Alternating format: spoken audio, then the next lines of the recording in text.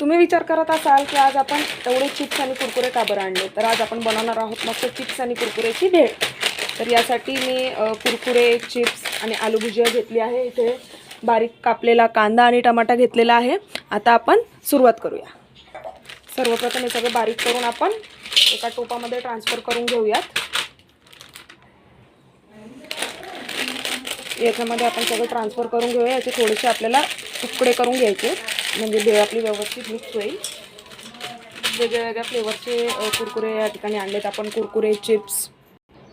आता याच्यामध्ये बारीक चिरलेला कांदा, टमाटा आपण ॲड करून घेऊयात आणि सगळं व्यवस्थित मिक्स करून घ्यायचं आहे। आता याच्यामध्ये चाट मसाला टाकून घ्यायचा आहे आणि सगळं नीट मिक्स करून घ्यायचं आहे। तर हे व्यवस्थित मिक्स करून घ्यायचं आहे आणि सगळ्यात लास्ट आपण यामध्ये लिंबू पिळणार आहोत। मस्त यामध्ये लिंबू पिळून घ्यायचं आहे। तयार आहे आपली मस्त चटपटीत कुरकुरे आणि चिप्सची भेळ। अशाच नवनवीन रेसिपीसाठी आपल्या चॅनलला सबस्क्राईब करा। ही रेसिपी आवडली असेल तर लाईक करा, शेअर करा, कमेंट करा। थँक्यू।